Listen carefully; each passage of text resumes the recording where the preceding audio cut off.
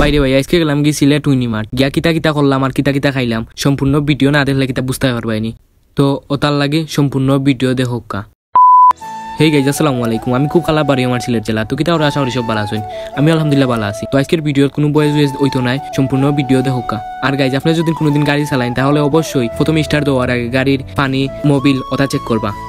R guys please আমার আইডির একটা লাইক দিয়া চ্যানেলটা সাবস্ক্রাইব করে যাইবা। আর ফেসবুক বা টিকটক থেকে যদি ভিডিও দেখুন তাহলে অবশ্যই ফলো দিয়া যাইবা আর পুরা ভিডিওটা দেখিয়া যাইবা।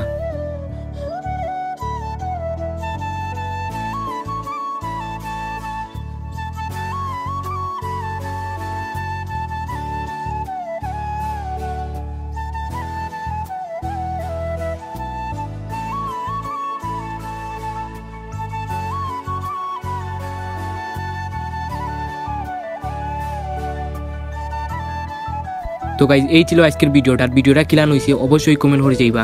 আর সবাই ভালো থাকবা, সুস্থ থাকবা, আল্লাহ হাফিজ। আর প্লিজ একটা সাবস্ক্রাইব করে যাইবা।